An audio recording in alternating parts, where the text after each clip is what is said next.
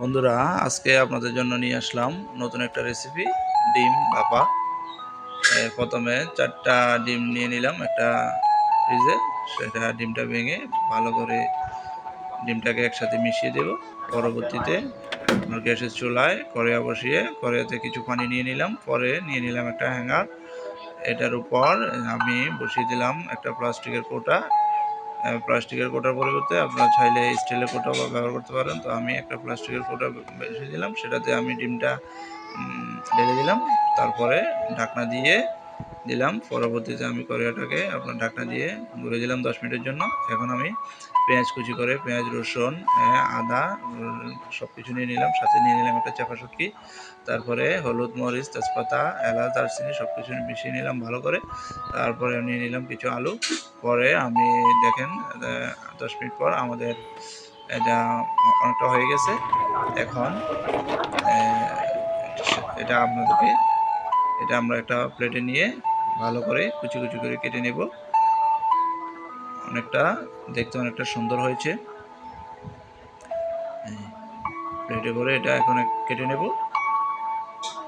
আপনারা দেখতে থাকুন। অবশ্যই ভিডিওটি ভালো লাগলে লাইক করে শেয়ার করবেন। এ পর্যায়ে ডিম ভাপাটাকে কেটে নিচ্ছি।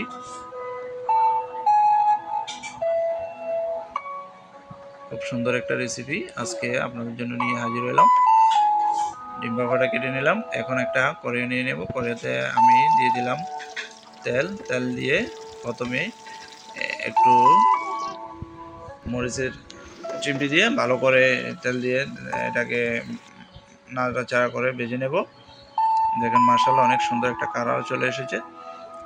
এখন দিয়ে দেব আলুতে একটু হলুদ গুঁড়া দিয়ে দেব, দিয়ে ভালো করে এটা মিশিয়ে দিয়ে হলুদ, লবণ, মরিচ মিশিয়ে দিয়ে ভালো করে এটাকে একটু ভেজে নেব। ভেজে নেওয়ার পরে দেখেন নেড়ে ছেড়ে কিছুক্ষণ ভালো করে এটাকে নিয়ে নিলাম। পরবর্তীতে আপনার এখন কড়াইতে পেঁয়াজ, রসুন, কাঁচামরিচ মশলাগুলোকে ভালো করে নেড়ে সিদ্ধ করে নেব। মাশাআল্লাহ অনেক সুন্দর একটা কালার চলে এসেছে। এখন এখানে লবণ, মরিচ মশলাগুলো দিয়ে দেব, দিয়ে একসাথে ভালো করে নেড়ে ছেড়ে একটু পানি দিয়ে সুন্দর করে কষিয়ে নেব।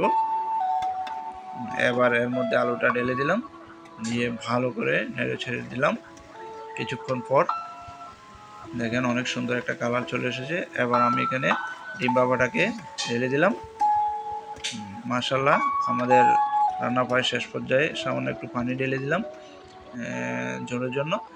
তো দেখেন অনেক সুন্দর এই তো আমাদের ডিম ভাপা হয়ে গেছে। মাশাআল্লাহ অনেক সুন্দর ডিম ভাপা। আপনাদের যদি ভালো লেগে থাকে অবশ্যই লাইক, কমেন্ট এবং শেয়ার করবেন। ধন্যবাদ।